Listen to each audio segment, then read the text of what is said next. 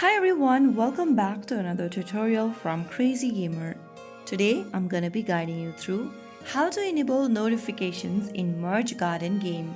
Enabling notification helps you stay updated on events, rewards, gifts, and daily tasks.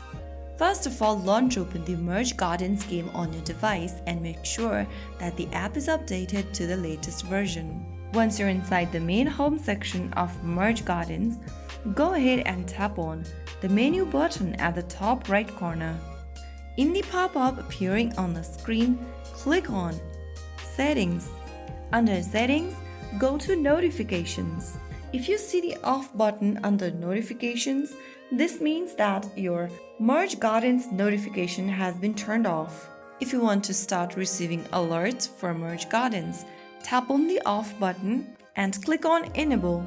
In the pop-up, click on Allow, and with this, you will also be able to receive rewards for turning on notifications. You will now be alerted for special events, gifts, daily rewards and bonuses, and for friends activity.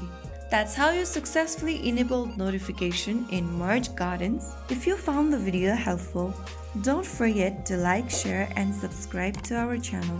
I will be back again in the next episode. Thanks for watching.